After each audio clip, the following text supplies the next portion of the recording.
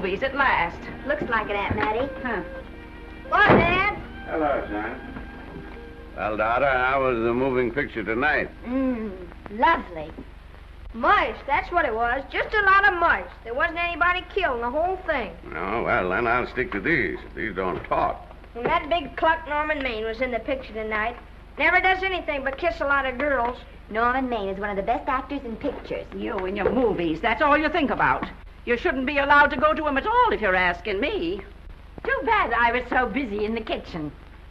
I didn't hear anybody asking you. Hello, Granny. Hello, darling. But of course, no one ever listens to me. They do if they're within 10 miles of you. Gadding around picture shows. House all cluttered up with movie magazines. And the other day, I caught her talking to a horse with a Swedish accent. Now, sis, we're only young once, you know. Ah, Hollywood. You'd better be getting yourself a good husband and stop mooning about Hollywood. You know what she wants to do? She wants to go to Hollywood. I've known it all along. I've seen her making faces in the mirror and talking to herself. That's what comes of your movies. Why, what would you do if you did go to Hollywood? I'd be an actress. I would, I tell you. I've always known I could. Guys, wouldn't it be wonderful to have a movie star in the family? Oh, Miss Blodgett, may I have your autograph? You may not know it, Alec, but you're practically on your way to bed. Oh, Miss Blodgett, you're my favorite actress. Won't you tell me the secret of your success? Oh, let me alone. I asked her what's come over you. I'll tell you what's come over her. She's just a silly little girl whose head has been turned by the movies. And the sooner she forgets the whole thing, the better off she'll be. Why will I be better off? What's wrong with wanting to get out and make something of myself? What do you do that's so much better? Just because you're satisfied to sit here all your lives, you think you can laugh at me. Well, someday you won't laugh at me. I'm going out and have a real life. I'm going to be somebody. You know, if it was spring, I'd say give her a good dose of sulfur and molasses. I thought I'd find you. Oh, stop that. Now, stop crying. That isn't going to do you a bit of good. Oh, I'm crying because Aunt Mattie and Alec make me so mad. Oh, Alec and Aunt Mattie.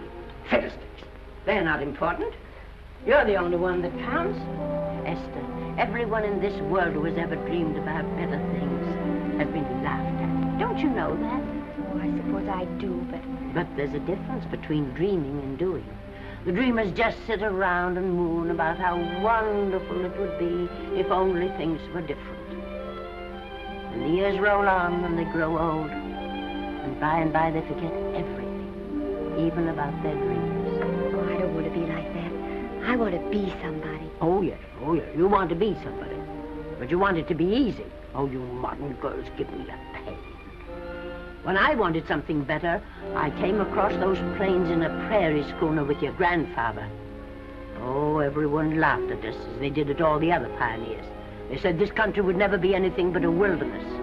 We didn't believe that. We were going to make a new country. Besides, we wanted to see our dreams come true. Oh, Granny, it must have been wonderful. It was wonderful. But don't you think for one single minute that it was easy, Esther Blodgett. We burned in summer and we froze in winter. But we kept right on going and we didn't complain because we were doing what we wanted to do.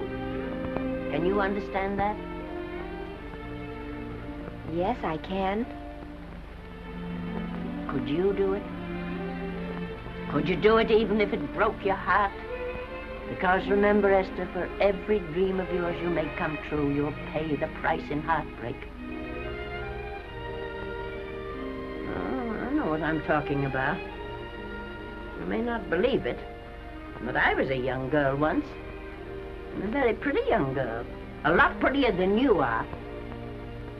And I was in love with your grandfather. And when some Indian devil put a bullet through him, I felt as if it had gone right straight through my heart, too. And I remembered all he taught me. And I went right on. I buried him out there in that wilderness with my own hands. And I went right on that same day. And I kept right on going, even when your mother was born.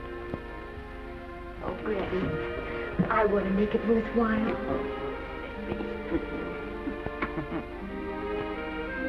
You know, Esther, there'll always be a wilderness to conquer.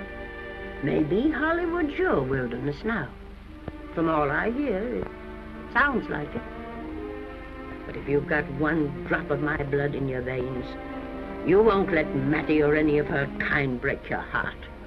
You'll go right out there and break it yourself. That's your right. Here. Oh, here. Stop that nonsense. Here. Take this and go to your Hollywood. Oh, I can't take your money. Well, why not? It's your savings. Well, I was only saving up for my funeral. Now I don't think I'm ever going to die. Oh, Granny, how can I ever thank you? By giving me your word of honor that you'll never tell a living soul where you got that money. I promise.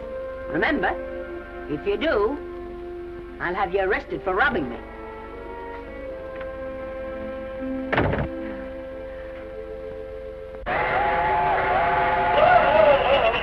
Here we are. I'll help you, Granny. Oh, I can make it, dear. Oh, nice. Cold. I kissed Dad goodbye. Just a little kiss. He didn't even wake up. I bet you didn't try that on your Aunt Mattie. Oh, Aunt Mattie. Think of her face when you tell her. I am thinking about it. I've waited for that chance for 30 years. Here she is, girl. Oh, thank you, Kirby. Good, huh? Well, come on. Here's your prairie schooner.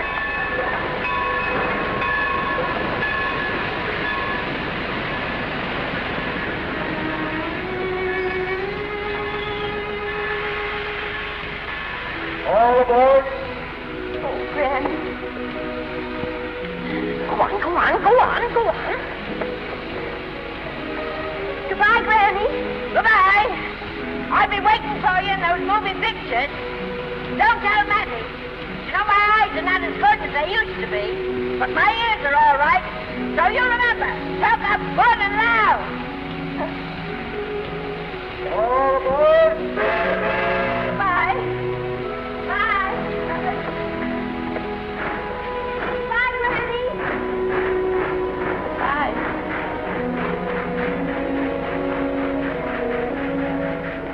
You want to go home now? I don't want to, but I will.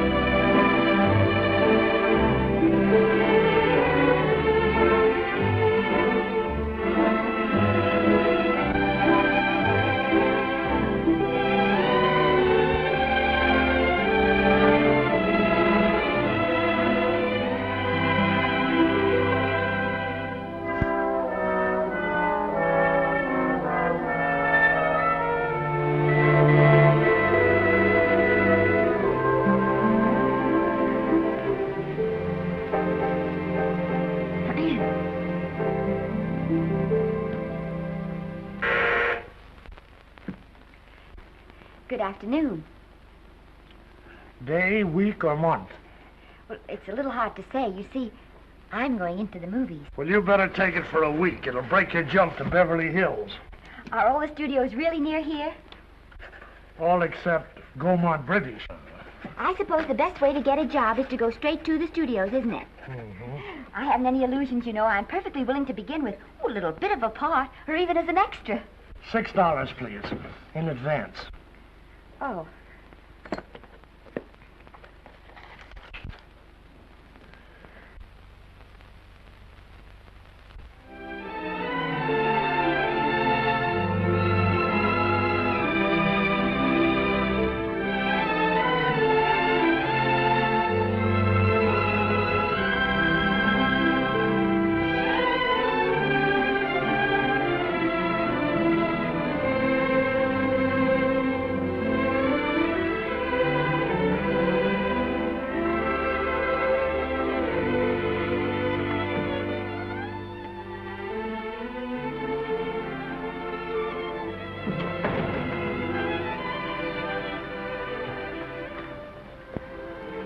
I beg your pardon. I'd like to register for extra work. How long have you been in Hollywood? Well, it's about a month now. We haven't put anyone on our books for over 2 years. Come here. I'd like to show you something. Casting, try later, casting, try later, central, try later, central casting. Every time you see one of those little lights flash, it's somebody asking for a job. Every time you hear them say try later, it means there isn't any job. You can't keep the girls at the switchboard long. They go crazy. Every one of those little lights thought it was going to be a star. You still want to go in the movies?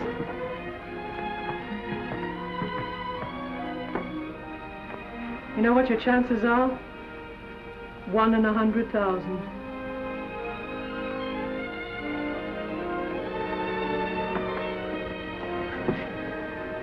But maybe I'm that one.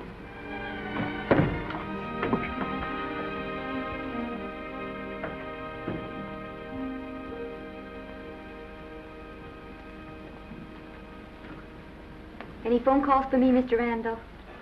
Oh, no. Jesse Lasky and Sammy Goldwyn must be writing letters instead. How's the luck today? And there wasn't any. Maybe you don't go at it in the right way. Now, take Danny McGuire here. He knows the ropes. Don't you, Danny? Sure, I've had him around my neck for years. Huh? What? Oh, Miss Blodgett. Danny McGuire, our new tenant. How do you do? Mr. McGuire is a big director. Oh, are you really? Oh, could you possibly use me in a picture, Mr. McGuire? Of course, I haven't had much experience, but I don't think that really matters if you're willing. And I Now really listen, feel that... lady.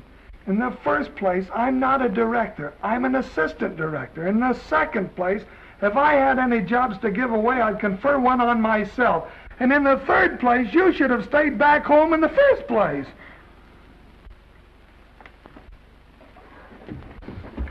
Oh, now look what you've done. Hey, wait a minute. Hey, don't be that way. Don't do that. Gosh, I didn't mean to get tough, but a guy thinks he's being kidded when somebody asks him for a job and he hasn't got one for himself. After all, I'm not a big enough shot to hurt your feelings. I'm sorry. It wasn't just that. It was a lot of things. Looking for a job every day and never getting any nearer to it. I guess I was beginning to get a little scared. I know. Lady, do I know. Well, there's only one thing to do for that feeling when you're tired and sunk and down to your last nickel. Come on and I'll buy you a drink. Well, it's not as bad as down to the last nickel. I've still got $11 left. $11? You're going to buy me a drink. Come on.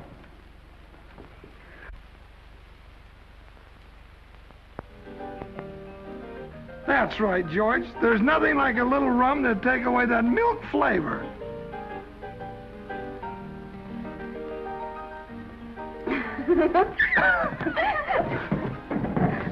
I beg your pardon. Certainly.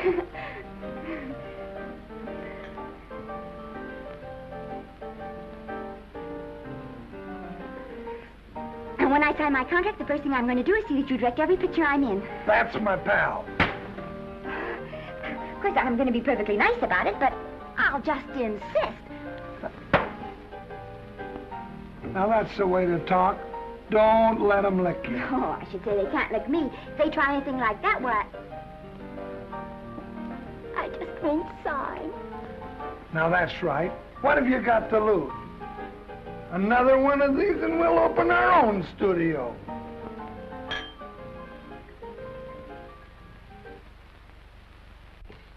Bill rendered $24. Past due. Remit without further delay. Me.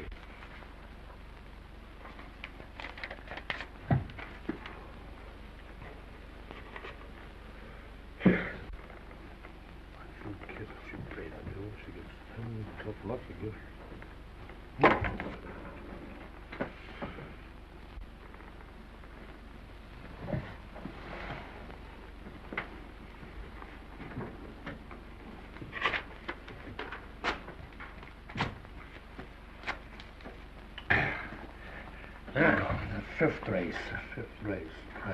Tri-cap. Who's riding tri-cap?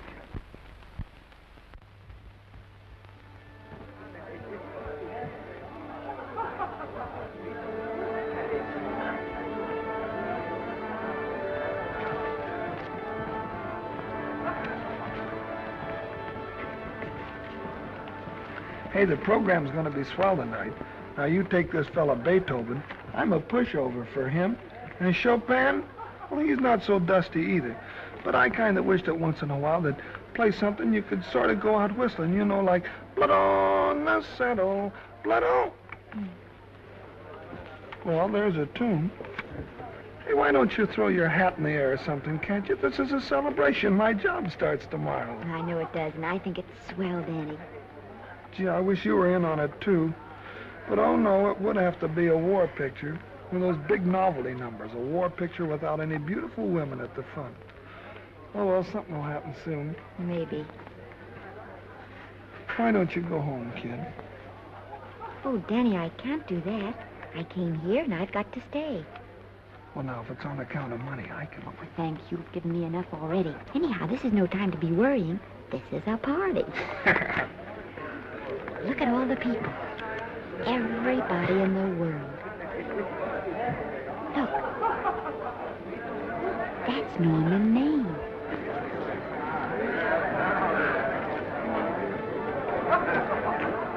And he seems to have had that one extra cocktail.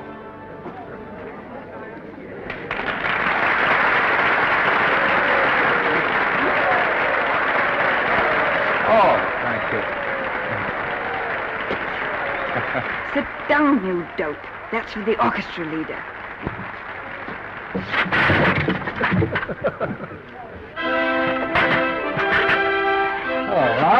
Hello, Norman. Oh, Mr. Maine. Mr. Maine, put your arm around Miss Regis. Adolphe, this is a Hollywood bowl. Oh, afraid of crowds. Go on, get out. What's the matter? You getting too big to bother with photographers? Don't want any pictures taken now. Oh, is that so? Well, supposing I take it anyway. If you do, I'll shove that Brownie number 2 of yours down your throat. Thank you, Mr. Mayor. Stop it! Stop it! Stop it!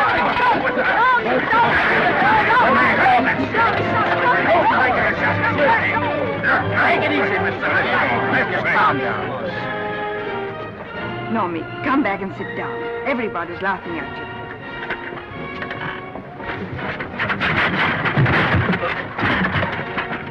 All right. Hi, Norman. Is he always like that? Well, I suppose he has to sleep sometime. Oh, and he's so wonderful on the screen.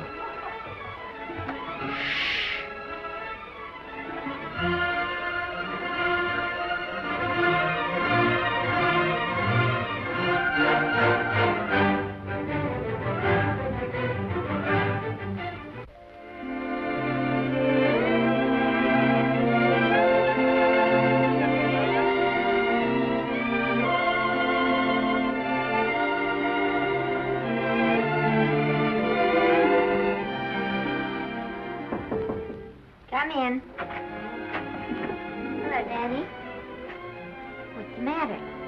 Well, believe it or not, I got a job for you. Danny, that's wonderful. When do I go to the studio? Well, you don't exactly go to the studio. Oh, it's on location. Well, it's not exactly on location. But of course, I haven't any makeup. Will you tell me what to get and sort of help me put it on? Well, you don't exactly need any makeup. You see, it's not really a picture job. It's being a waitress. Oh. Well, it's kind of a picture job if you look at it right. You said it was a waitress. Well, it's waitressing for Casey Burke, the big director over at our studio. He's giving a party tonight to kind of celebrate on account of finishing the picture, and he wanted me to get him an extra waitress, and it's $5. And I thought of you right away, Esther. That was awfully sweet of you, Danny. Well, there's going to be a lot of big people at Burke's house tonight, and I'll bet you there's any number of big directors, and if you're there, maybe they'll notice you. I could make them notice me. Sure you could, Esther. It's your chance. My chance. All right, Daddy, I'll do it. Oh, but I can't. I haven't got the right things to wear. To wear? Oh, yeah. Now, you don't think the wardrobe department's right next to my office for nothing, do you? A perfect fit.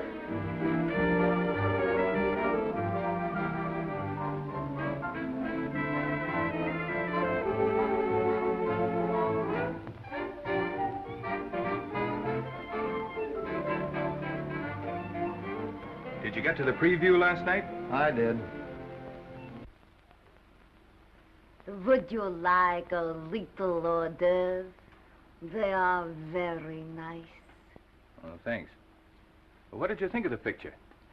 They should have saved it for Thanksgiving. What a turkey.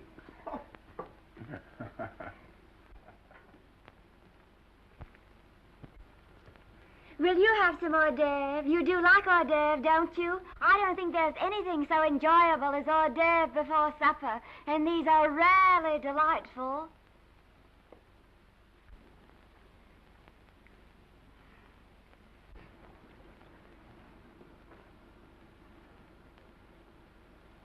And at the finish, the kid turns around and sings the lullaby to its mother. Pardon the big voice, but would you like a little hors d'oeuvre? They say they're the best in town. Don't tell me. I know. Mae West.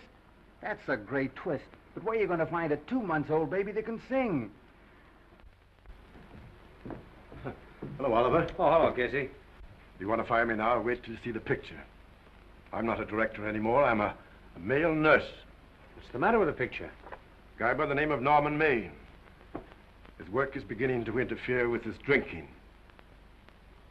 Oliver, don't tell me I'm to direct his next picture, too. Mm-hmm.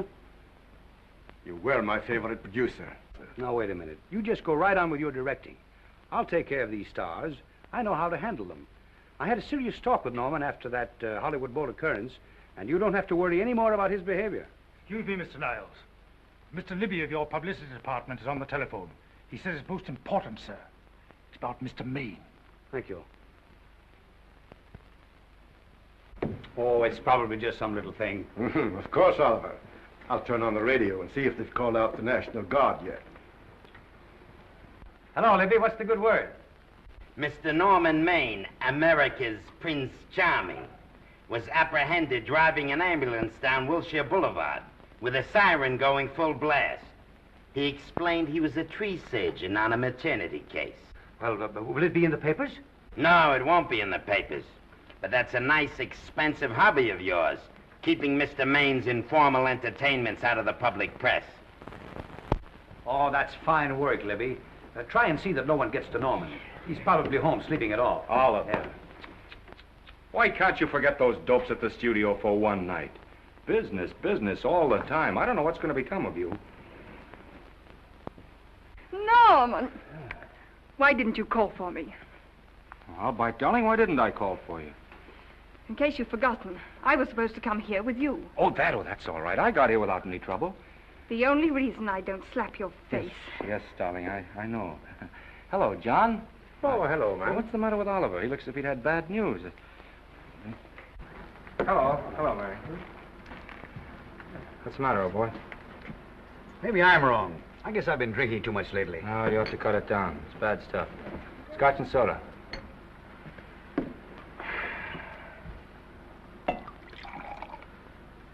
Come on.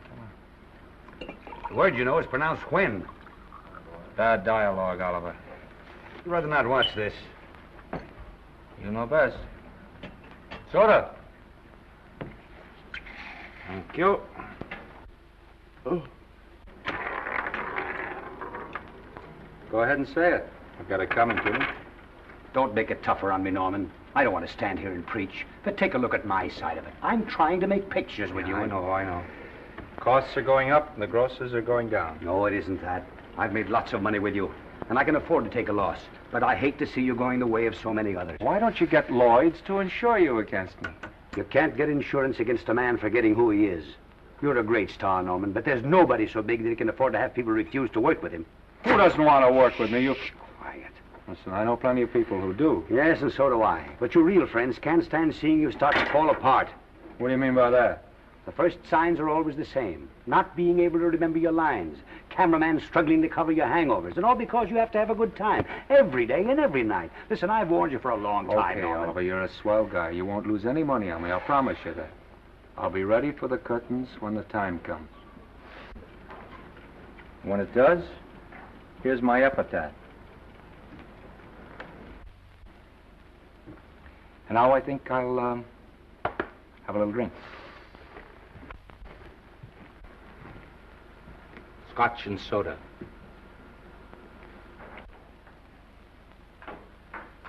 Scotch and soda. Ooh.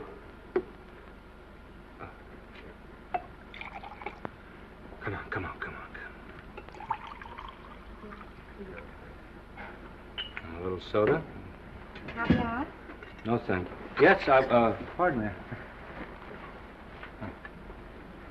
Ah, lovely. No, I mean the caviar. Mm-hmm. No, don't go away. I'm starving. Really. Which would you take? Well, I don't know. You know? I don't know either. It's hard to choose. Well, I think I'll take caviar. Mr. Maine doesn't care for any more. Do you know me? No. Well, Normie doesn't care for any more.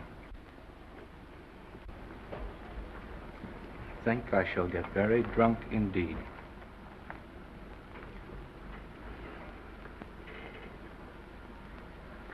Scotch and soda. Sorry, I have something.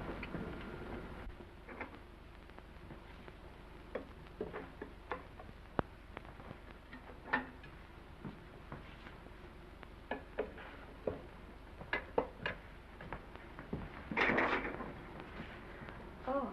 Mind if I help?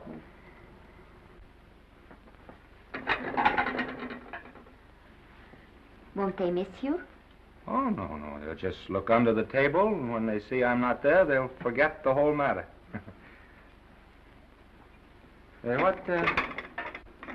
What's your name? Esther Blodgett. My name's Maine. I know. You do?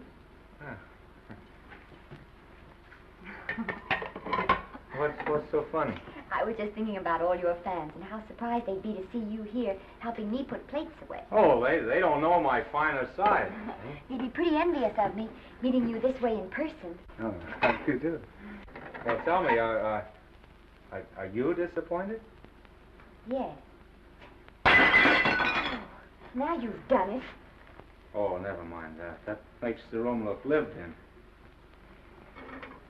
Tell me, why are you disappointed? I was sitting behind you at the Hollywood Bowl the night you didn't want to be photographed. Yeah. I'm told I crept into many a heart that night. Oh, I can never explain this.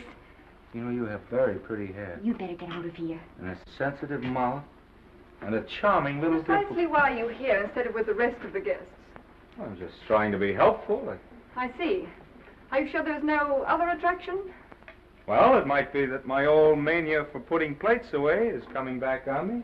It's rather odd. I always know where I can find you if there's a pretty girl around. It's not only odd, it's embarrassing. You're being deliberately insulting, Norman. I put up with this for long enough. Dear, don't lose your temper. Remember, we must try to keep the voice low. I know you'll excuse us if we go on with our work.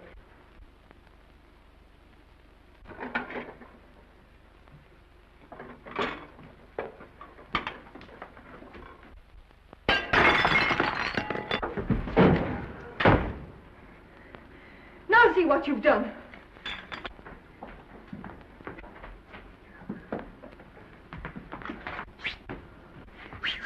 Come here. Help me up.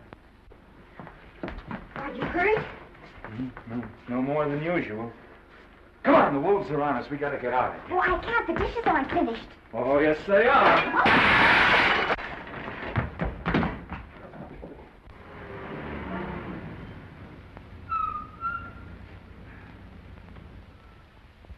Well,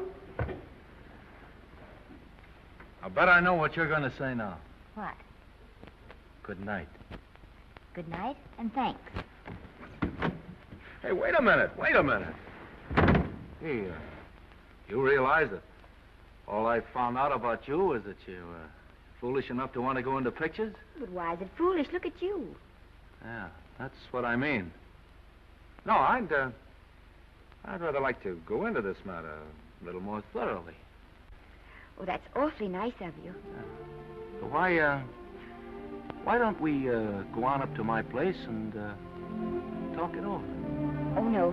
Thank you very much, but I really must say good night. Good night. But you're not angry. No. I'm hungry. Well, why don't you go and get something to eat? Good night, Miss Blodgett. Good night, Mr. Maine. Wait a minute. Peter, the least I can do is to see you to your door. Will I see you again? I hope so. Has anyone ever told you that you're lovely? Well, now you know. Thank you.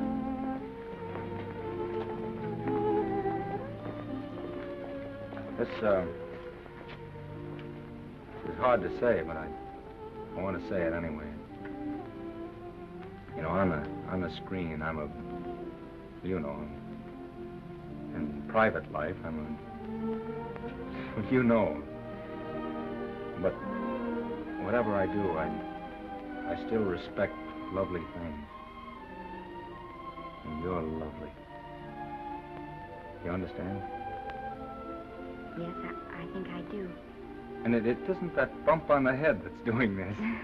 Well, I'm glad.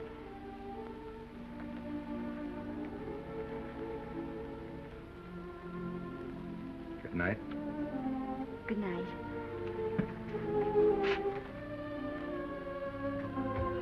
Hey! Do you mind if I take just one more look?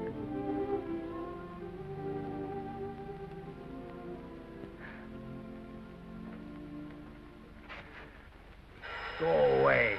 Quite impossible. I wouldn't even consider it. No.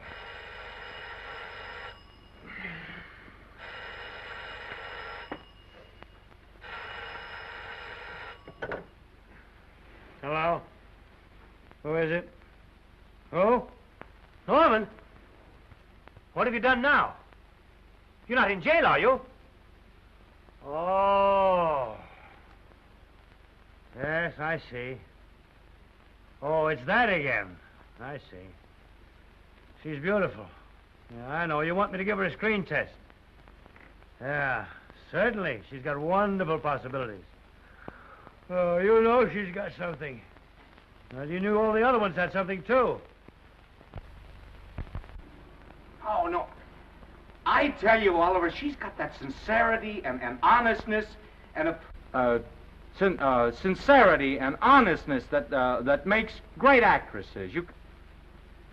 Oliver, I am so sure of this girl that I want to take the test with her myself. Listen, Oliver, you've worked hard. You're entitled to a break. You get...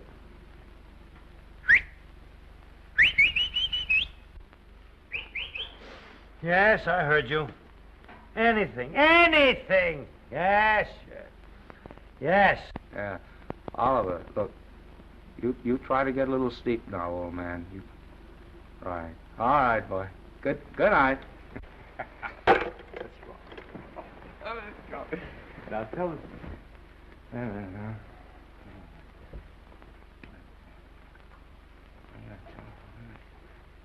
Telephone book. Telephone book.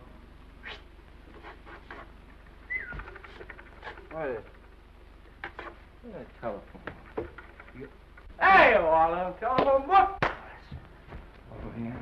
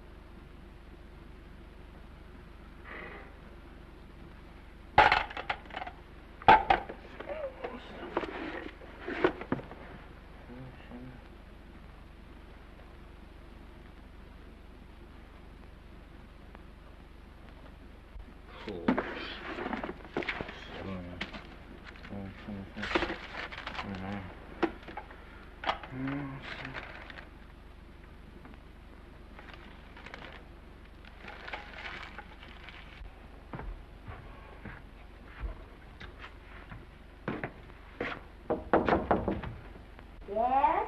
Telephone. For me? Some drunk trying to be funny says he's Norman Maine. Oh, thanks. I'll be right down. And Miss Blodgett, would you give him a message for me? Tell him it's 3 o'clock in the morning!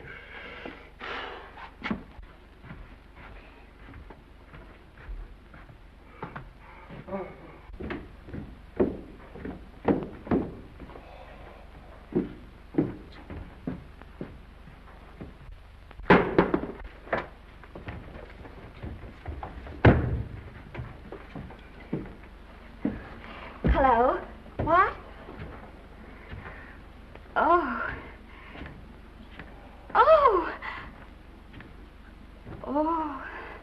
Oh, yes. I'll be there. Oh, thank you.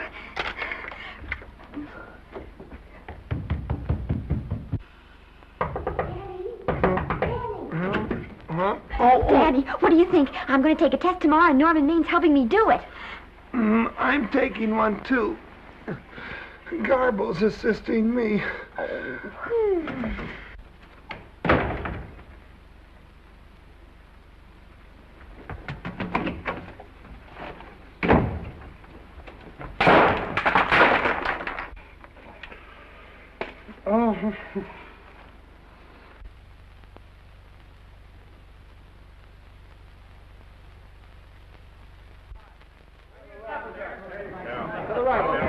Move that gobo in. Put a silk on that broad. No, the Yankee. Is this light too hot for you, Haley? Okay, but cut down on your backlight. Put a double on that 90. Bring it down a little. That's it. Now put it.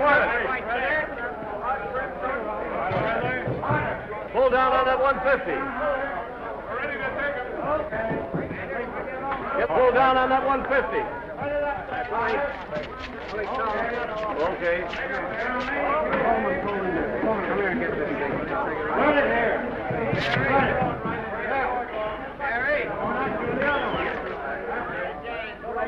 Bring me an apple box. Listen, gentlemen, please, if you don't mind. This is just a test. Ready, Mr. Burke? All ready, Mr. Burke. Ready, Mr. Burke. Ready now, Mr. Burke. All ready, Mr. Burke. Ready now, Mr. Burke. All ready, Mr. Burke. We're ready, Mr. Burke. All right, let's take it. Quiet! Quiet! Quiet! Quiet! Ready, Norman? Yeah. You ready, miss, what's your name? You'll soon know your name, Esther. The whole world's going to know it. But I'm so scared. Maybe I better not try it today. Oh, come on, now don't be foolish. They all had to go through this. Harlow, Lombard, Myrna Loy, and now Esther Blodgett.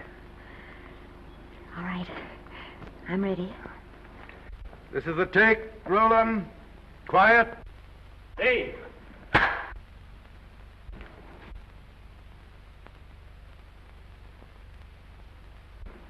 I may as well tell you that my whole organization thinks I've gone a little nuts to sign you.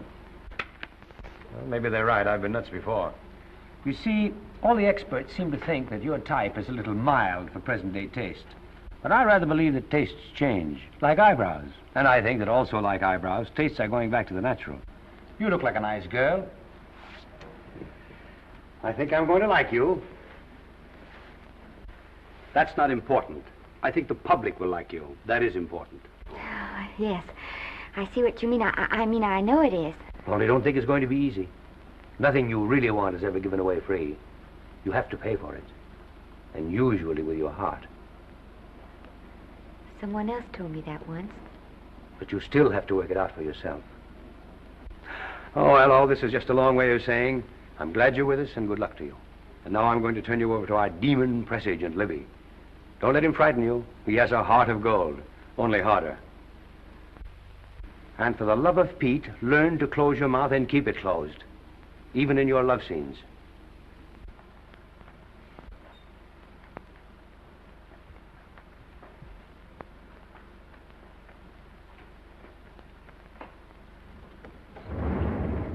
Are you a Russian? No, I was born in Fillmore, North Dakota. Oh, no. First saw light of day in a mountain cabin, a trapper's hut, high up in the Rockies. Go on. Well, I always wanted to be an actress. Dreamed of footlights as Lonely Kitty. Are you sure there's no Russian in your family? Positive. That's a shame. Well, what does your father do? He's a farmer. Social registerite father. Fed up with hypocrisies of 400, sought wilderness for consolation. There amidst the mountain flowers, he raised another blossom. His lovely little daughter. What's your name? Esther Victoria Blodgett.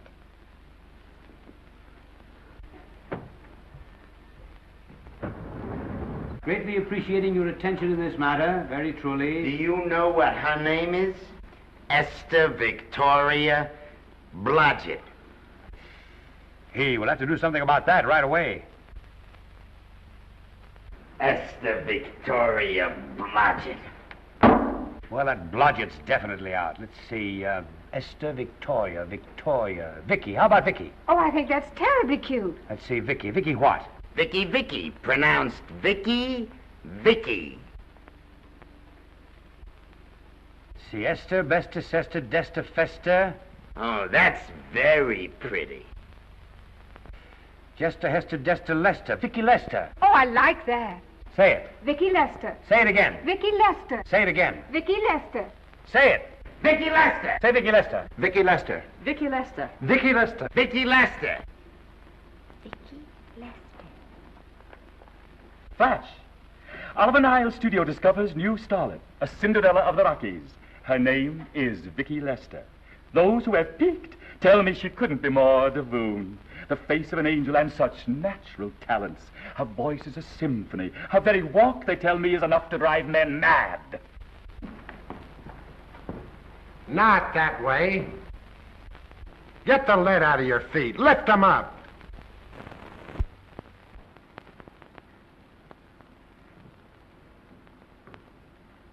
That's better. It's terrible, but it's better. The quality of mercy is not strained. It droppeth as the gentle rain from heaven. Cease. Through the mouth, my child, through the mouth. The nose is for smelling roses. Proceed. Does she have to look surprised all the time?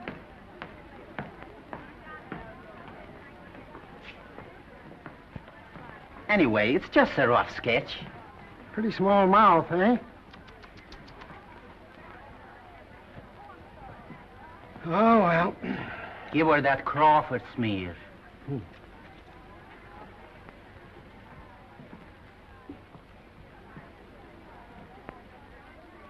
This'll give her that Dietrich. Yeah.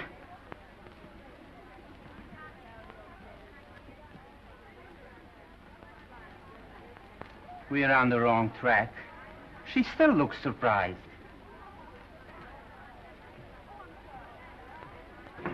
Listen, dress people. We're shooting on the set this morning, not in the commissary. Now, come on, snap into it.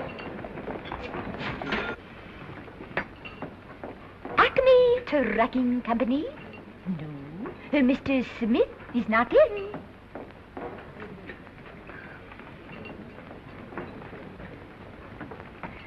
Acme Trucking Company. No. Mr. Smith is not in.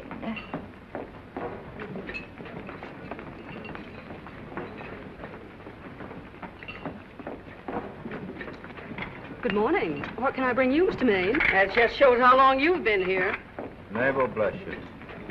How soon are you and I going to be married, huh? I don't know. You'll have to ask my mother.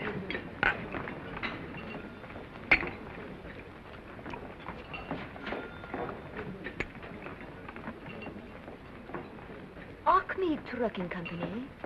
No, Mr. Smythe is not in. Acme Trucking Company? No, Mr. Smith is not in.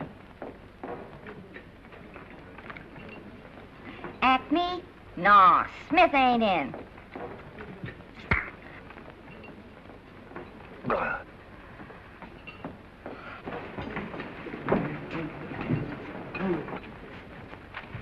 Acme Trucking Company? I'd like to speak to Mr. Smith, please. Mr. Smith is not... Oh, Norman. What's all this between you and Smith? I've got a part. It's only one line, but it's in the picture. It's ambition that made you break that date with me last night. Well, I had to be here so early this morning, and So did I. I had to stay up all night to make it. you've started your picture, haven't you? No, we're still in the testing stage. You can't seem to get the right girl for the lead. Gee, you'd think with all the girls there are that... Yeah, I know, but this one's got to be different. She's got to be little and cute and sweet and intelligent. It'll blow me down. What? Will close my tired old eyes. What is it? Hold everything. Come on. Come on.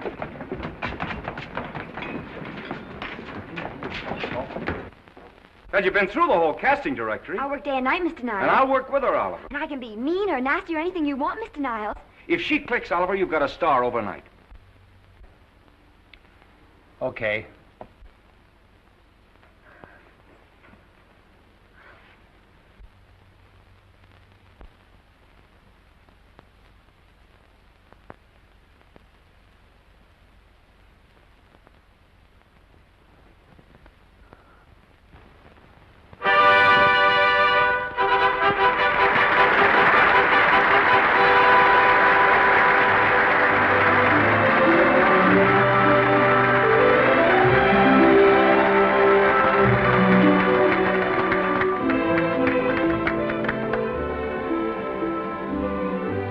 At the end of the picture.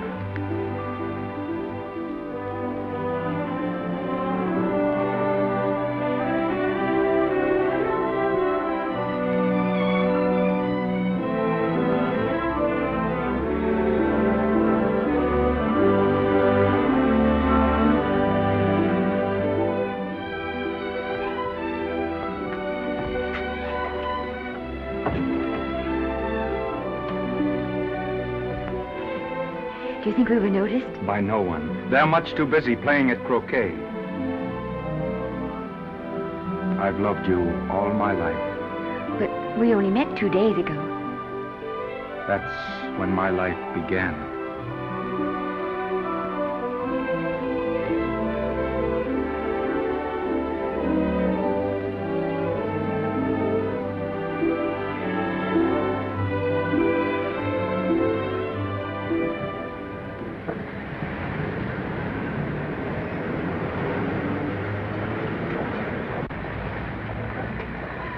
she cute? You know, I think she's the same type I am, don't you? I think she's sweet. Well, it's Vicki Lester's picture, all right. I think she was much better than he was. These producers are so horribly dumb. They won't know how good she is. Well, maybe it's because she's a good girl. Oh, Maine's not so bad, but it's Vicki Lester they'll go to see. Isn't she, darling? I think she's the most precious little thing I've ever seen. The knockout, Libby. You might mention that when you write your review. That Lester kid's a gold mine. Didn't you like Norman Maine? Was he in it? Libby, I'm afraid we have another hit. Huh? It's in the bag, neatly tied up with beautiful pink ribbons. Say, where are Norman and Vicki? I don't know. I thought you had them. I wish they'd come. We're having a party at the Trocadero. Isn't it thrilling running away from people? Norman, it's so exciting, So new. A star is born. Come on, run.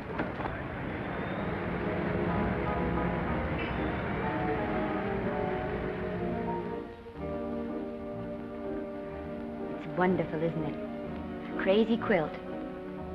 Oh. It's a carpet that's spread for you. It's all yours from now on, you know. Come, Esther. You're a success. You'll have everything in the world you want. I hope it'll make you happy. Hasn't it you? But then there was one thing I never had. Lots of times I told myself I'd found it, but I always knew I was lying. Still, I never stopped looking for it. Maybe it'll come. Well, I think it has come, Esther. I only wish it weren't too late. Oh, but it's not too late. No, you can't throw away your life the way I've thrown away mine and have anything left that's good enough. No. You can. Norman, you can. You mustn't tell me that, Esther. I'm so afraid that I'll believe it.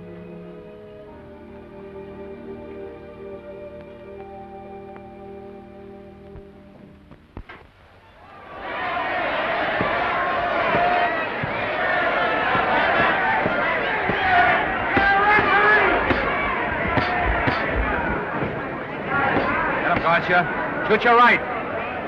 Swell, isn't it? Lovely. What's Gotcha again? Can't you hear me, Gotcha? Shoot your right!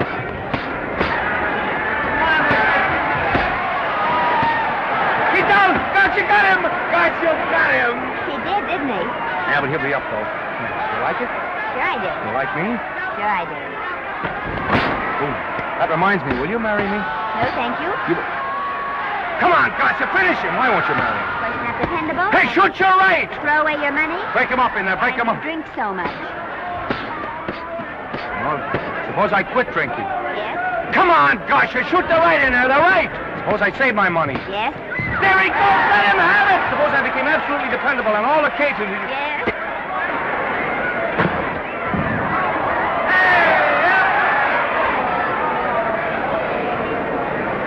Hey, Gotcha, he's got him! He's got him! He certainly did.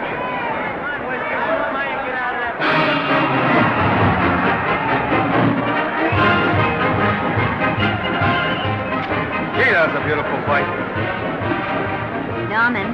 What, dear? Falls after me if I said I'd marry you? No, certainly not. I was just supposing.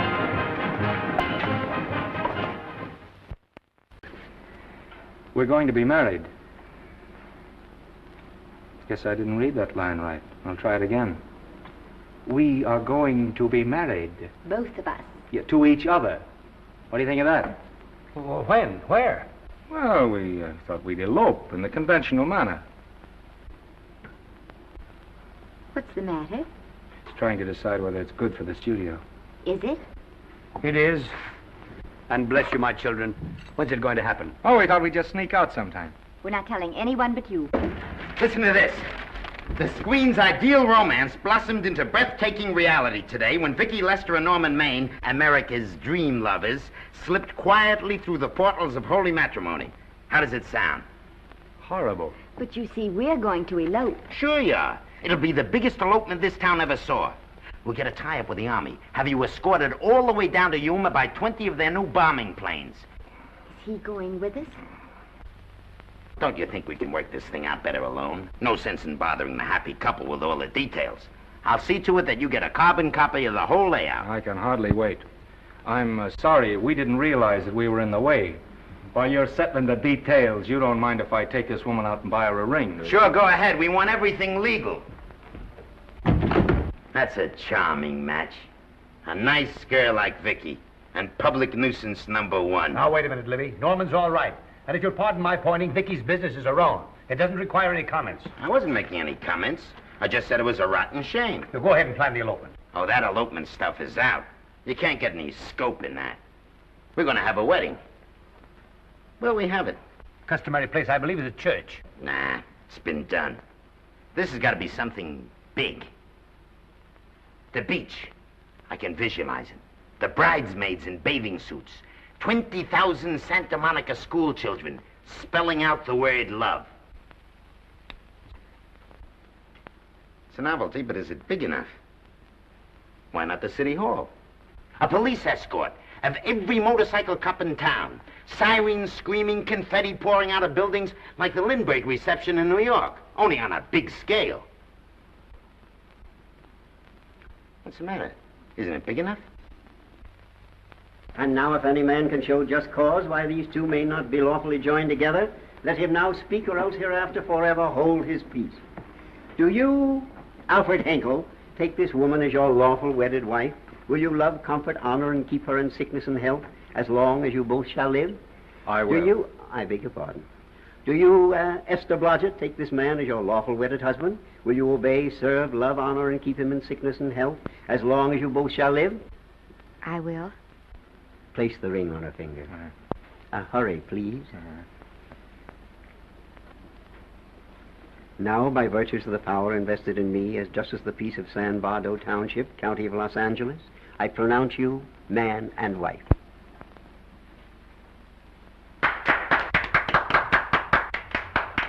Quiet! And now I must exercise my prerogative of office. I hope you'll be very happy, Mrs. Henkel. Thank you. Thank you, sir. Oh, Thank Danny. you very much. Now, if you'll please sign the license. Oh, yeah. You know, Mrs. Henkel, I can't help but believe I've seen you somewhere before. Oh, really? Well, I believe this is the first time I've ever been in San Vado. You know, your face is familiar, too, Really? Mr. Henkel. There you are, sir. Thank you very much. Here's your Thank you, receipt. Sir. Thank you. Goodbye. Goodbye. See you again. Yes, goodbye. No, I don't mean I'll see. Oh. Yeah, I think you got by with it. But it was close. That JP was just beginning to remember where he'd seen us. Well, anyway, we got away from Libby. Hello, Toots. If you will be kind enough to glance between my shoulder blades, Mr. and Mrs. Henkel, you will find there a knife buried to the hilt. On the handle are your initials. Lovely to have seen you, Libby. Hold him, Hold him, Danny.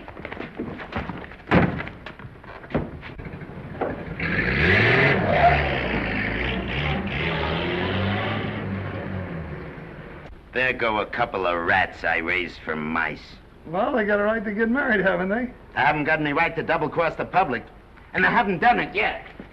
Hey! People versus Porky Washington, who is charged with violating Section 600. Young man, you're in contempt of court. Operator, get me the Los Angeles Tribune. I have a good mind to put you under arrest. Wait till I make the score. You wait, too. Tribune, give me the city desk. Johnny, this is Matt Libby. I got a flash for you. Norman Maine and Vicky Lester were married at 2:30 this afternoon. Vicky Lester? Court recess.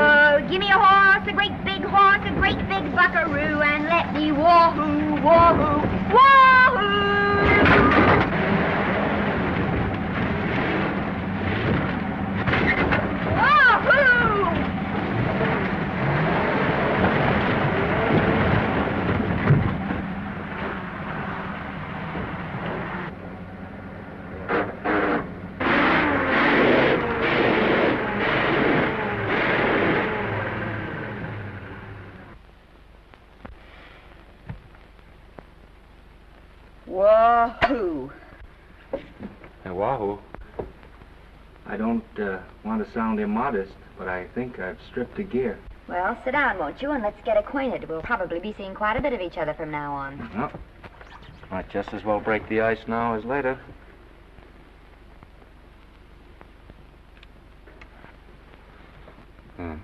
Now we're old friends. Say, have I got time for a shower before dinner? Plenty, if you can find a shower. I never can remember where that thing is. Does it pull out or slide under? Here, I think I can find it. No, it's the linen closet. Here it is. Nice work. Oh, half the time those things are just luck. I'll see if I can disinfect this steak.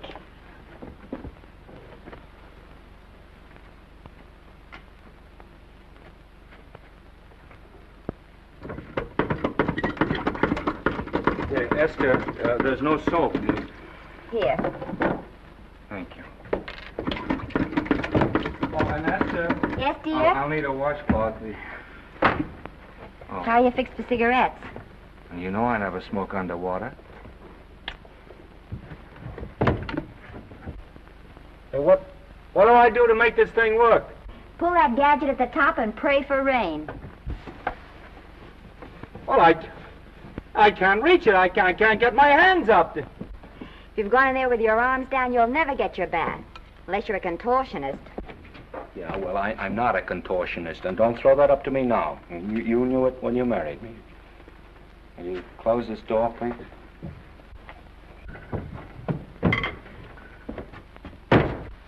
Thank you.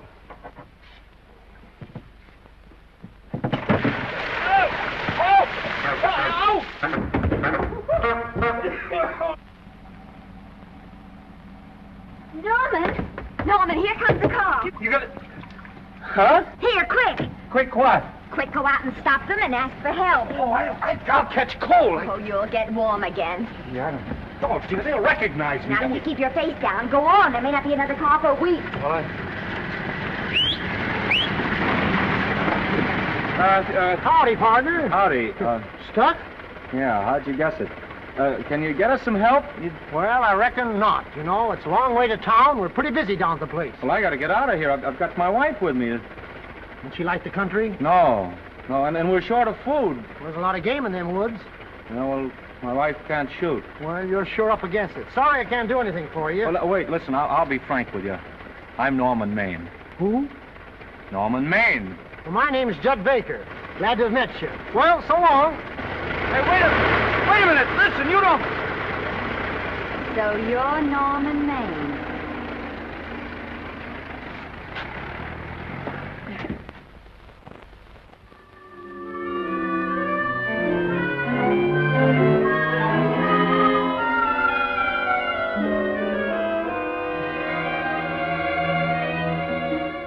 I got my prestige to look out for. I'm supposed to be the best publicity man in the racket, and they laugh themselves sick when I even try to get a decent mention of Maine. Yes, I know how sensitive you are, Libby, and I don't like to see your feelings hurt. Thanks, boss. Now, Vicky, there's a dish for free space. But if Maine swam across the Pacific, the papers would keep it a secret. Well, the exhibitors don't like him, the critics don't like him, the public don't like him, and I don't like him. Who likes him?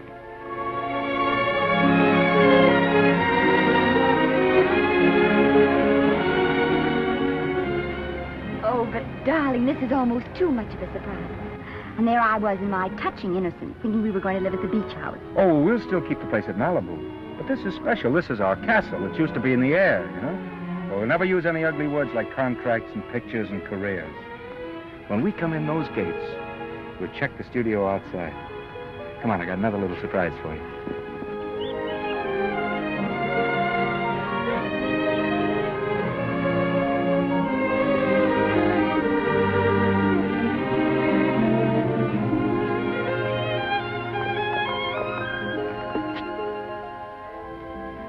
Oh, Norman, it's lovely.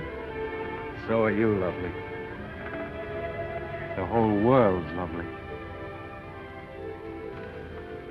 Hey, hold it!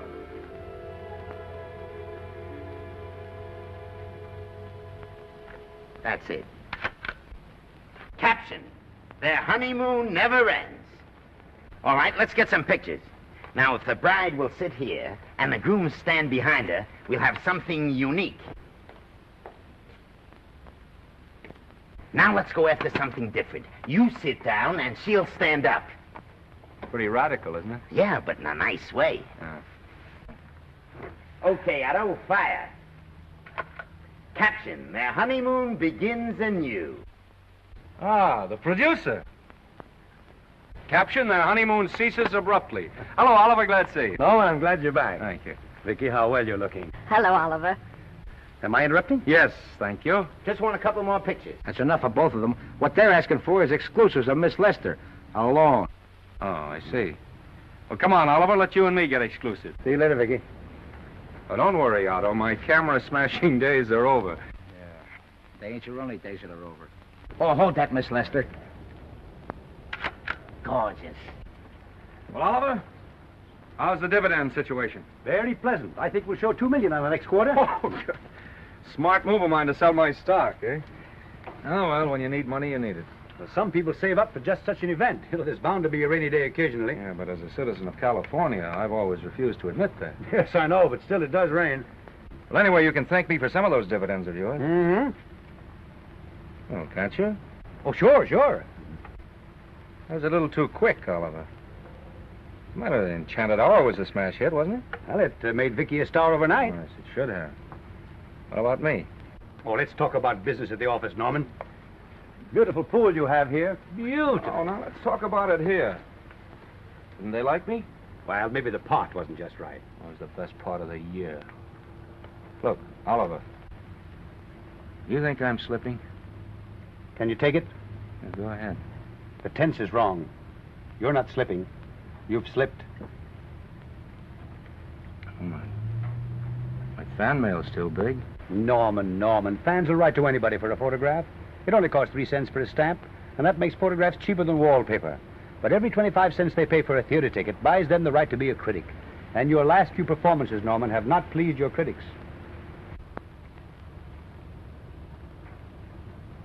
You remember I told you I'd be ready for the curtains when the time came? Here it is. Let's call off the contract, no hard feelings. We're not quitting, either of us. There's no explaining these things. We've all seen how the public turns.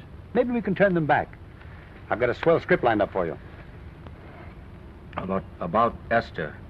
If you think that I'm going to get in her way... Well, as a matter of fact, as it happens, there's no part in this story for her.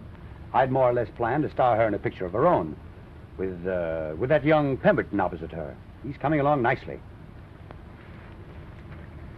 Good for young Pemberton. All right, Oliver. We'll make a try at it. Let's hope it's not too late.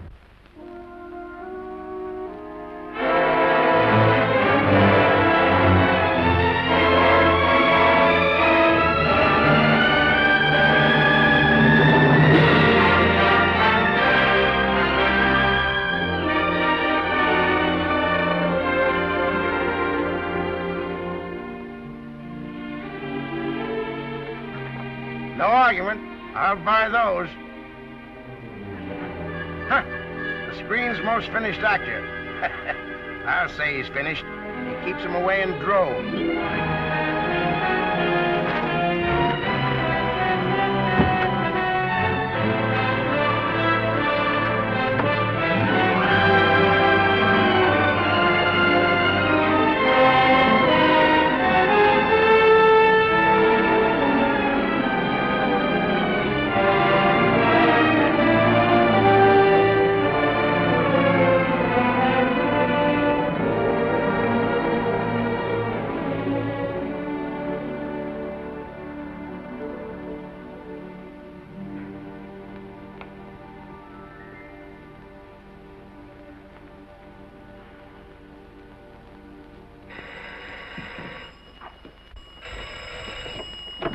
Hello? No. Oh, Miss Lester isn't home as yet. No, I'm not the butler. But I can take a message just as well as he can, honest. Oh, is that you, Norman? Swell. Listen, Norman, This is Artie Carver. Hiya, kid. Swell. Say, I hear you're through with Oliver Niles. Is that on the level? Oh, please, Artie. I'm not news anymore. Forget it. Say, what kind of a settlement did you make on your contract? Give me a figure so I can do a story on it. There was no money involved. We just called it quits. Okay, I'll fill in my own figure. Say, by the way, I've been trying to get an interview with Vicky for 2 weeks, but she's always busy. How about you giving an old pal a break by speaking to her for me?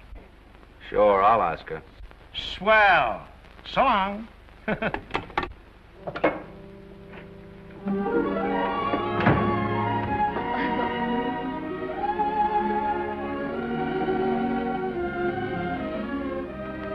I didn't mean to be late, darling, but Casey wanted... All right.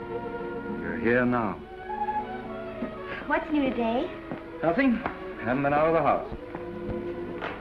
Let's go somewhere tonight. No. You're tired. We'll stay in. I'm not tired, really. Oh, yes, you are. You've got a hard day ahead of you. Anyway, I see so little of you, I'd like to have you to myself. Oh, but it's the servants' night out. We haven't any Yes, we have. I fixed a little snack with my own lily white hands. I'm learning to cook in my spare time. Then I think I'll marry you. Oh, I get it. You want to make an honest cook of me, huh? Comes in on wheels in this joint.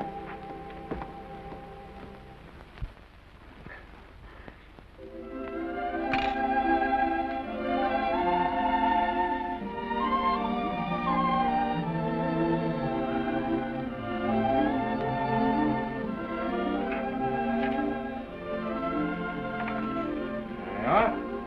How's it look? Wonderful. Huh? That's what I thought. Now then, don't be formal, just pitch in. Yeah?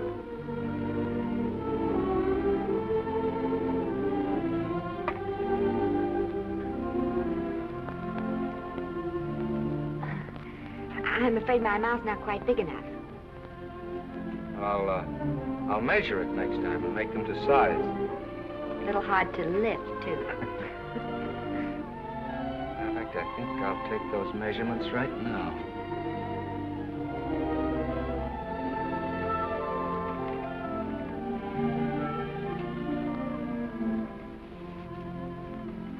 And that's what I wait for. All day. That's why I rush home without even changing my costume.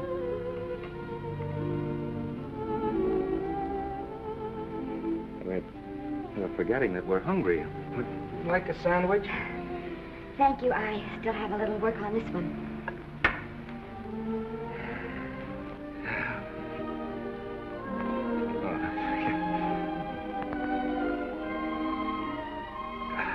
Norman, will you unhook my dress? I can't breathe.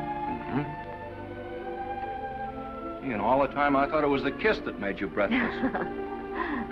A lot of hooks, huh? Uh-huh. Why don't you have a zipper? That's a good idea. You got it? Yes.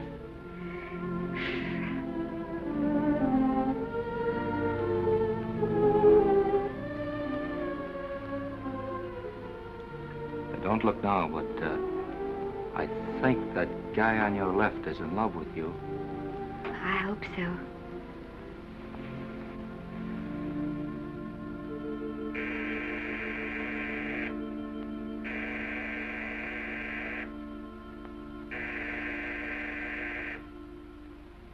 It's the doorbell. Is it? Maybe they'll go away. Oh, I never do at a time like this. Here. Just a minute, dear. I'll be right back.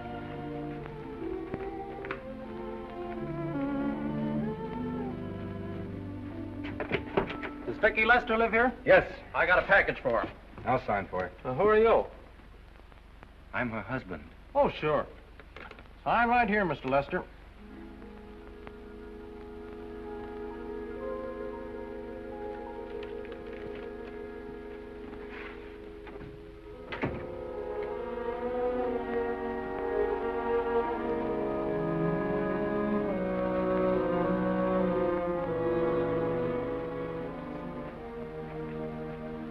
Package for you.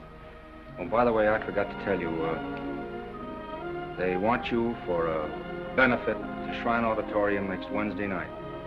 I told them I'd ask you. And, Oh, darling, I don't want to hear about that now. Well, you better wait till I finish before I forget them all. The Academy dinner secretary phoned. She wants to know if you want a table reserved for you. Oh, yes, Artie Carver called and asked if I'd use my influence with you to get him an interview. I told him I'd try. That was all, I think. Oh, Norman, let's don't talk about those things now. We're forgetting the wonderful food you prepared. Well, I'm not very hungry now. I think I'll fix me a little drink, But, Norm...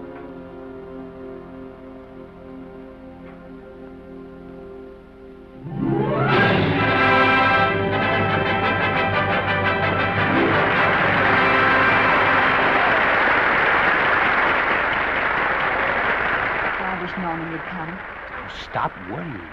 And think how nice that statuette's going to look on your mantelpiece. Do you suppose anything's happened to him? But of course not. He's just been held up in traffic. You think about that statuette. And now we arrive at the climax of the annual dinner of the Academy of Motion Picture Arts and Sciences. The highest award within our power to bestow. We have already applauded with our hearts as well as our hands, while awards have been given those gentlemen who during the past year have rendered distinguished service to the motion picture industry. We now pay honor to the ladies, or rather to one lady. We offer to her the Academy Award for the finest performance of the past year. She has already had the world's acclaim, but this is the tribute of her fellow workers, the men and women of this industry. It is not only my pleasure, but my privilege to present this award to the actress who created the unforgettable Anna in Dream Without End, Miss Vicki Lester.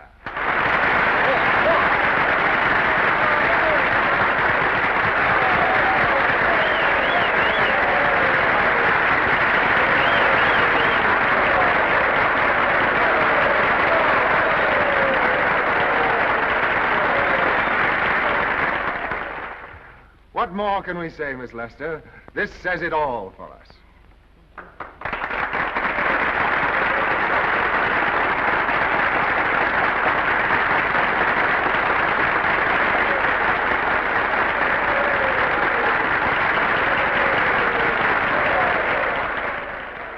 Ladies and gentlemen, when something like this happens to you, and you try to tell how you feel about it, you find that out of all the words in the world, there are only two that really mean anything. Thank you. All I can do is to say them to you from my heart.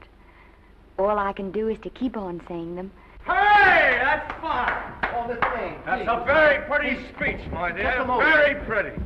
You said the right thing. I want to be the very first one to congratulate you on that valuable little piece of bric-a-brac. Now I want to make a speech. Gentlemen of the Academy and fellow suckers, I got one of those once for a best performance. They don't mean a thing. People get them every year. What I want's a special award, something nobody else can get. I want a statue for the worst performance of the year. In fact, I want 3 statues for the 3 worst performances of the year, because I've earned them. And every single one of you that saw those last masterpieces of mine knows that I've earned them. Libby, start the music. What I'm here to find out is, do I get them or do I get them? Now answer yes or no.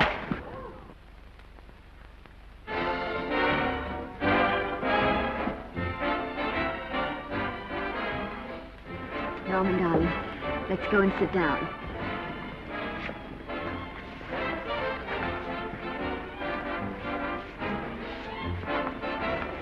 Come on, Norman, sit to that. Glad to see you, Norman. Hello, Norman. Hello, Norman. Well, Norman, how are you? Hi, Oliver. My dear, do let me congratulate you. You must be terribly proud and happy tonight. Thank you.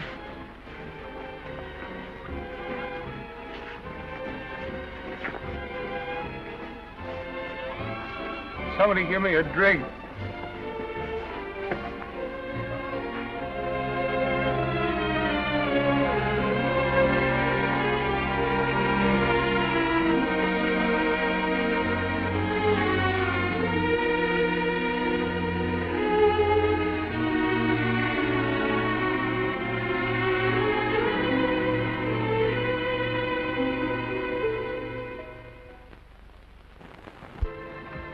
Oliver, it's nice of you to come to my dressing room. Vicky, how are you? I've missed you. Everyone's missed you. Have a nice trip. Well, a 3-month tour of the theater circuit scarcely comes under the head of pleasure.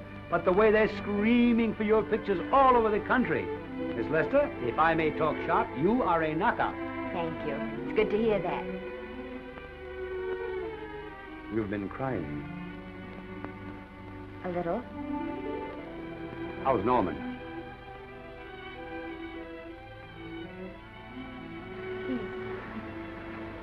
Well, he's trying awfully hard, Oliver. Letting Norman leave this studio was the hardest thing I ever did. There was nothing else I could do. I know. Has he been... Is he all right?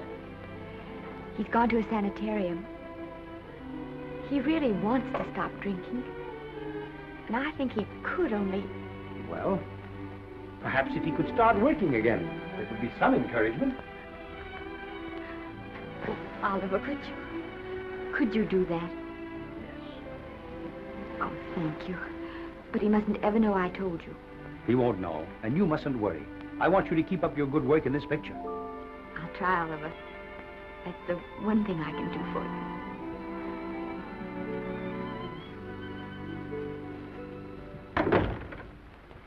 If you'll just sit here, Mr. Niles, I'll have Mr. Maine brought down. Thank you. Brought down.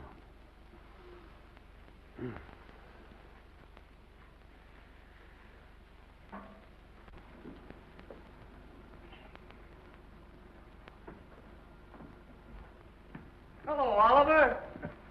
Welcome to Liberty Hall. Hello, Norman. Well, no, Mr. Niles isn't slipping me a case of scotch, Cuddles. This is just a handshake. This is Cuddles, Oliver, my social secretary. We go everywhere together. How are you feeling, Norman? Fine. Getting along remarkably well, Cuddles tells me. He says you ought to see some of the boys. Let's sit down. Yeah. Cuddles, we really don't need you. Touching, isn't it? Can't bear to have me out of his sight. Are you comfortable here, Norman? Comfortable. It's positively luxurious. They even have iron bars in the windows to keep out the draft. How much longer are you going to be here? Oh, well, I'm really cured now. I'm just staying on for an extra week or two to get in good shape, you know. After all, there's no particular hurry to return to the cameras. That's what I wanted to talk to you about. I've got a script with a fine part for you in it. Gee, Oliver, that's great. That's great. Who plays opposite me? Well, it is not exactly the lead. Young Pemberton's doing that. But I tell you frankly, I consider your part better than the lead. Oh, I see. It's better than the lead. Well, of course, it isn't terribly long. But it's one of those parts that makes an impression on you. They'll be thinking about you all through the picture. Mm-hmm. Well, the thing is, Oliver, I'm pretty well set at another studio. I'm not at liberty at the moment to tell you which one. You know yourself how those things are. Of course. But it's a big picture. He's one of the biggest of the year. Mm-hmm. And the part. Every actor in Hollywood would give his teeth to play. See. Well, that's fine, Norman. Naturally, that will tie you up for a while. But we won't get to this picture for some time. And perhaps, if you want to consider it for later on, well, we'll be... I'll tell you, Oliver, you'd better not count on me. See, I've got several pictures lined up after this one, and they're talking to me about England. You know, they're doing some very interesting things over there, you know. Mm-hmm. Hey. What is it, Cuddle? Speak right out. We all love you. Your dinner. Oh, yeah, we dine at 5:30 here. Makes the nights longer. Well, goodbye, Norman. I'm glad to see you getting along so well. Be out in no time. I'll have to introduce myself all over to a lot of people. They won't know me when I'm not drinking. Goodbye. Bye, Norman. Thanks for dropping in. That's fine. Yeah. Well, Cuddles? Alone at last, eh?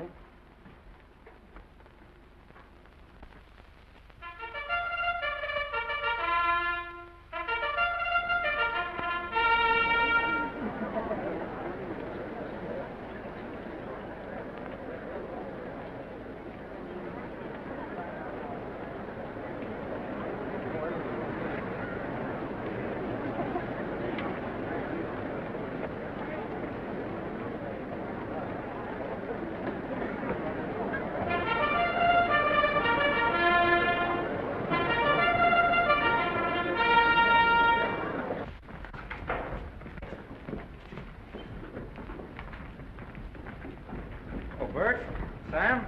How are you, Marion? Oh, hello. Hello. Hello, Normie. Glad to see you. How I hate to run into these has-beens. They give me the creeps. Me too. He was good while he had it.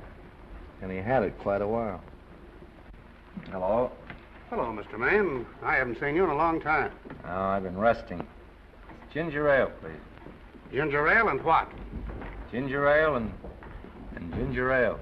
A new leaf? A whole new book. Thank you. Scotch straight. Hello, Libby.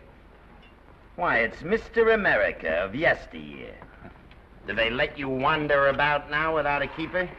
Oh, sure. I'm a trustee now. Didn't expect to find you at Santa Anita. What do they do with the actors while you're away? Oh, they cut them into slices and fry them with eggs.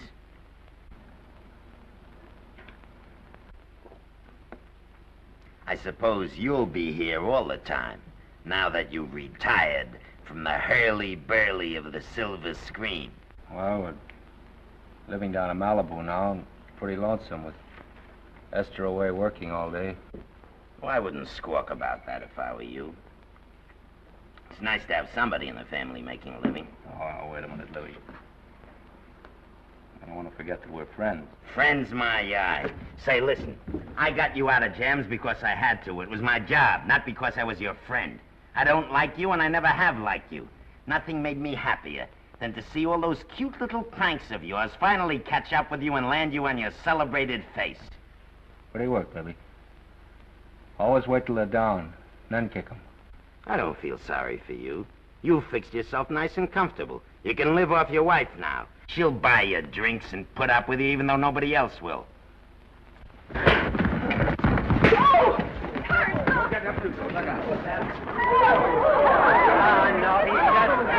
drunk again. Yeah, come on, Front. Hey, wait a minute. Come on outside for you, wise guy. I'm Norman Maine. Well, that's not my fault. Oh, don't bother to toss him out. He's harmless. All right, Mr. Libby, if you say so. Sure, let him go. What can he do? He can't fight any better than he can act. It's Norman Maine. Oh, he's drunk again. Why, he's been drunk for years.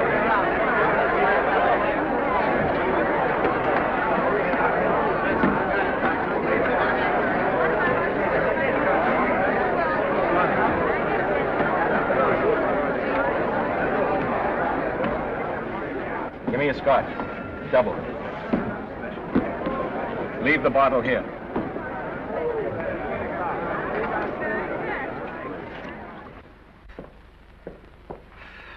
Vicky, you'll be ill. Why don't you try to get a little sleep? But he's been gone 4 days. 4 days and not a word.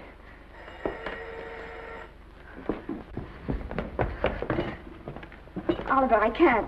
I just can't. Hello? No, this is Oliver Niles speaking. What? Where? Thank you. What is it? Nothing, nothing. Oliver, tell me. He's in the night court. He's been arrested on a drunk charge. Now, he's all right. He isn't hurt. I'm going right down and get him out. I'm going with you. Vicky, it isn't any place for you, and if it gets in the papers, What do there'll I be... care about the papers? I'm going with you.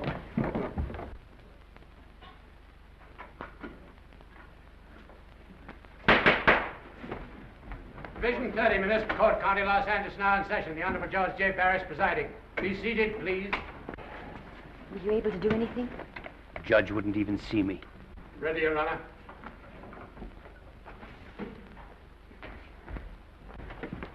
I want to advise you that you're entitled to be represented by counsel, to be confronted by the witnesses that may testify against you, to compel witnesses to attend on your behalf to a public and speedy trial by the court or by a jury, and the right to be admitted to bail. Call the first 5. Gregory, Bales, Kane, Rodriguez, Johnson. Come on, boys, step in. Go ahead. Move along. William Gregory. Yes. Plain drunk, picked up at 5th in town. Asleep in the gutter. 14 similar offenses in the past 6 months. Still at it, Gregory. How do you plead? I don't feel so good. I didn't ask you how you feel. I asked you how you plead. Guilty, I guess. When did you get out the last time? Just before Christmas. Well, I'm sorry you'll have to miss New Year's, but you'll be out in time for Washington's birthday, 60 days. Milton Rails.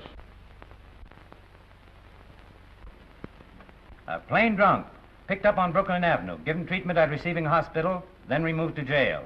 How old are you, Rails? 17, sir. Did you take a good look at those men in the cell with you last night? Yes, sir.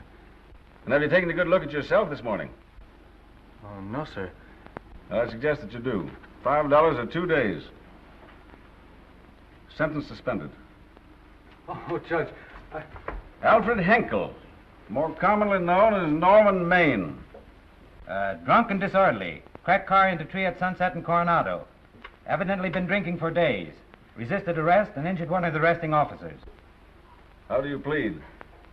Guilty. You're Norman Maine, the actor, aren't you? You've come pretty low, haven't you? There isn't a man here who's had the advantages you've had. Look what you've done with them. You're nothing but an irresponsible drunk, driving about the streets with the power to inflict death or injury on innocent people. I think we'd better deny you that power for a while. 90 days in the city jail. Please wait.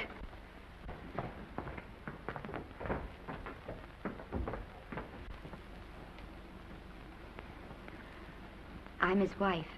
Yes, I recognize you, Miss Lester. Please, Judge. I promise you this won't happen again. I'll be responsible for him. If you just won't send him there. You realize that this man, when drunk, is obviously a menace to public safety? And you realize, too, Miss Lester, the responsibility you'll be assuming to this court and to the Commonwealth. I do. Sentence suspended. Prisoner remanded to custody of wife. Thank you. You can get him at the jail entrance, madam. Jose Rodriguez. Plain drunk, picked up at 1st and Main, 2nd offense. How do you plead? I think I'm guilty, Your Honor. 60 days.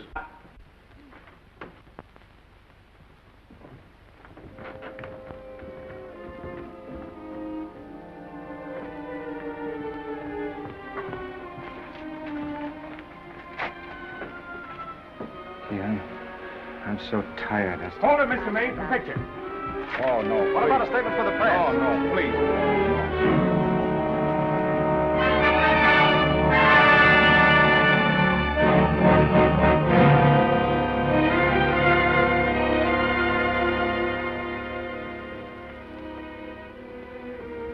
He's still asleep. He's been asleep nearly all day. It's the best thing for him. It's awful to see this happen to someone you love. And know in your heart that it can't get any better. I only know that all I can do now is stay with him and try to help him. So will I. And between us, we'll take care of him. You're very fond of him, aren't you, Oliver? And I'm very fond of both of them. Then I know you'll understand what I have to tell you.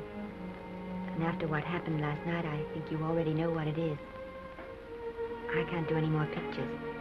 I'm going away for good with Norman. But you can't do that, Vicky. You're at the very peak of your success. And you've worked so hard to achieve it. That's what's been wrong. Oh, I've thought it all out. Maybe if I hadn't been away from him so much, last night and what went before, it wouldn't have happened. Oh, I know it's too late to think about that now, but it may not be too late to go away with him and start over somewhere. It's your life you're giving up, Vicky. so I can try to give Norman back his. Can you honestly tell me I'm wrong to do it? No, Vicky. I cannot honestly tell you that. Then there'll be no more Vicky Lester.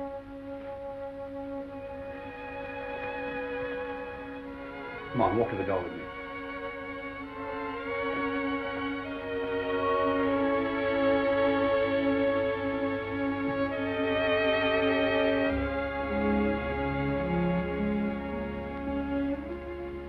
Goodbye, Vicky Lester.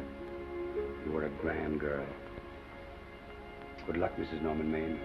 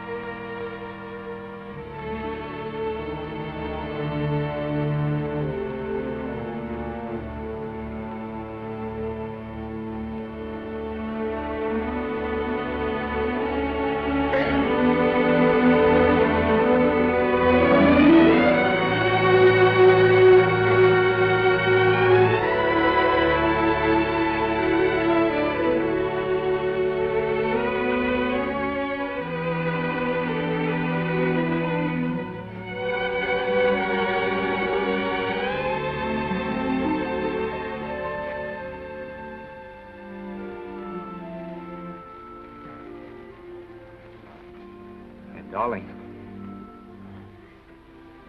this is Maine coming in to apologize again. I'm sorry, dear, but it isn't you.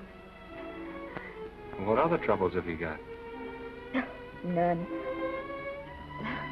I was just playing a scene with myself. Now look, I'm just coming out of the jitters and you're just going into them. This is a swell household. Isn't it? I'll tell you what we'll do. I'll promise to brace up if you'll go on the wagon. I guess I have been drinking too much. You know what I'm going to do? I'm going to be an athlete. You mean with great big muscles and everything? Well, roughly speaking. Gonna join the YMCA? It costs too much. And I'm going wading out in our front yard. Now? Sure. Would you like me to go with you? Sure, if you'd like to. No, me. I don't think I will. It might spoil this beautiful, natural wave. Yeah, I guess that's right. But, darling, look, could you have a hot toddy... some hot soup for me when I come back? Some hot soup? Yeah. And I'll make some of those nice sandwiches. Norman, do you have to?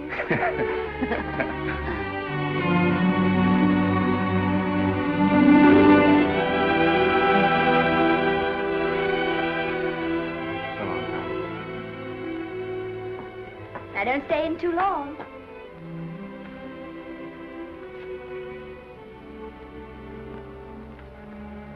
Hey! You mind if I take just one more look?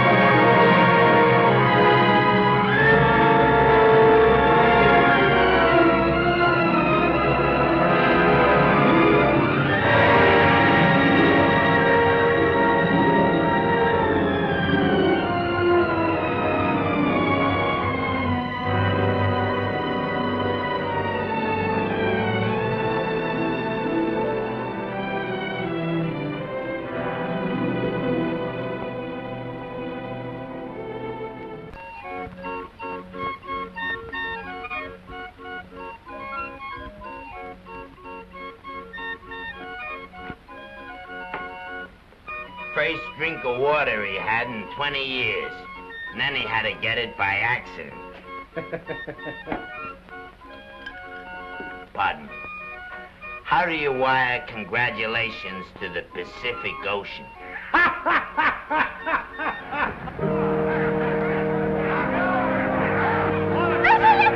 Oh, you can't see her face. Hello, Vicky.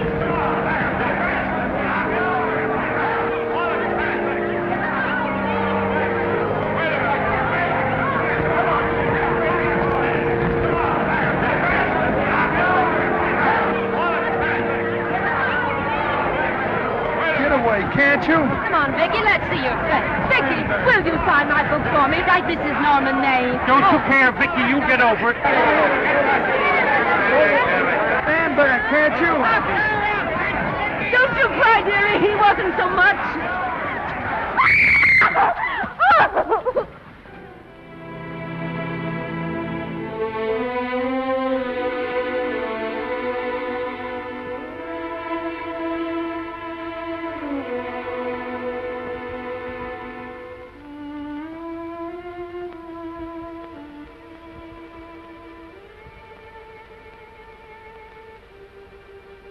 Do you mind if I take just one more look?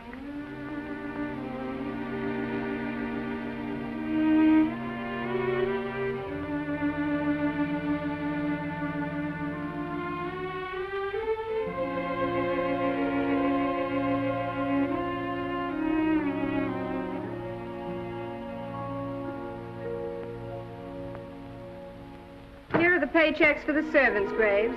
You'll find a very nice bonus in each one. Miss Lester asked me to thank you for your kindness and service. If there's anything I can do for the little lady, I should be glad to do it. She would appreciate your attending to the closing of the Beverly Hills house. Put down those trunks.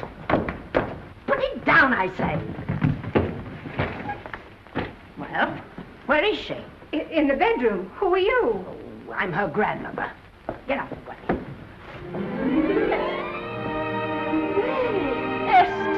Granny, darling.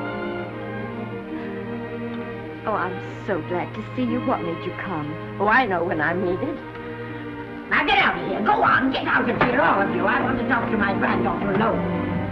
I came just as quickly as I could. But I'm going home. I sent you a wire yesterday.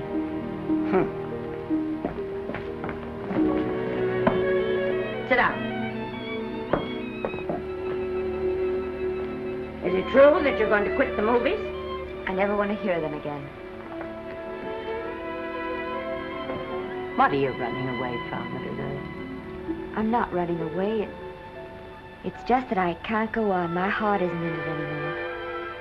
Once I told you, if you get what you want, you have to give your heart in exchange. And you said you were willing. Do you remember? I remember. It seems to me that you got more than you bargained for. More fame, more success, even more personal happiness. Maybe more unhappiness. But you did make a bargain. And now you're whining over it. I don't think I'd feel so very proud of myself if I were you, Esther. I'm not, Granny. My mind's made up. Oh, and I'm sorry I gave you the money to come out here. It was just a waste. Oh, but Granny... I was proud of you, Esther.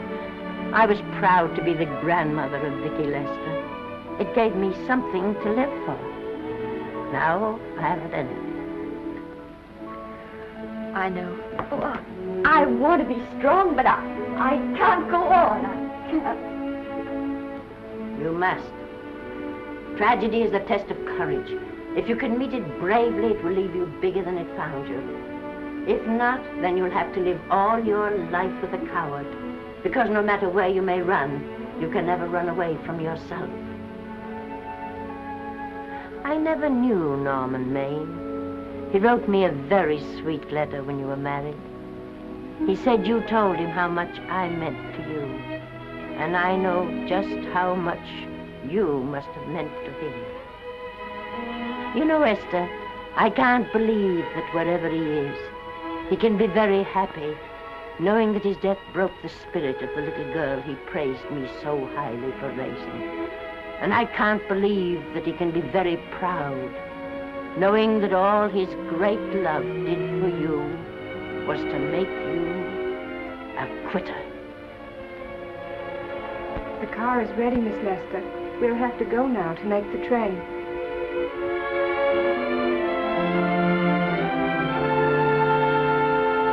Put the car back in the garage.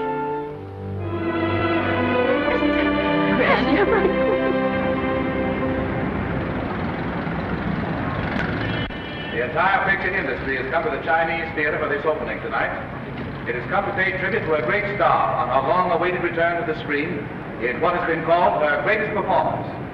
It has come to pay tribute to the girl herself. The girl who has won the heart of Hollywood. The girl who has won the heart of the world. Miss Vicki Lester. And if I'm not mistaken, Miss Lester's car has just driven up. Yes, it is she.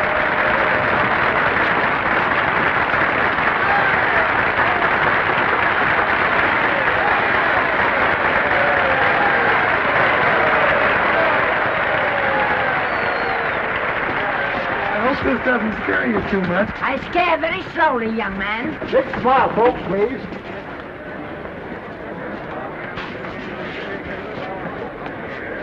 They'll have your mug, I mean your face, plastered across half the papers in the country tomorrow. How do I look? Oh, you look swell. You're a liar, but I like you. And here's Miss Lester's grandmother. Won't you say a few words to the radio audience, please? Say something, Letty. You know, we've got a thing like that back home where they all listen in on, but we call it a party line. Won't you say something, please? They're listening. Maybe some of you people listening in dream about coming to Hollywood. And maybe some of you get pretty discouraged. Well, when you do, you just think about me. It took me over 60 years to get here, but here I am. And here I mean to stay. Thank you very much.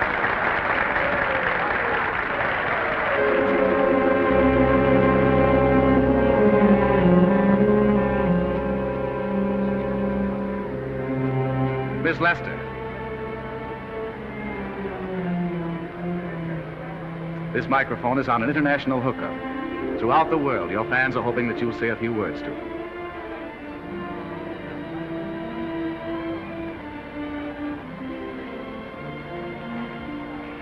Hello, everybody. This is Mrs. Norman Maine.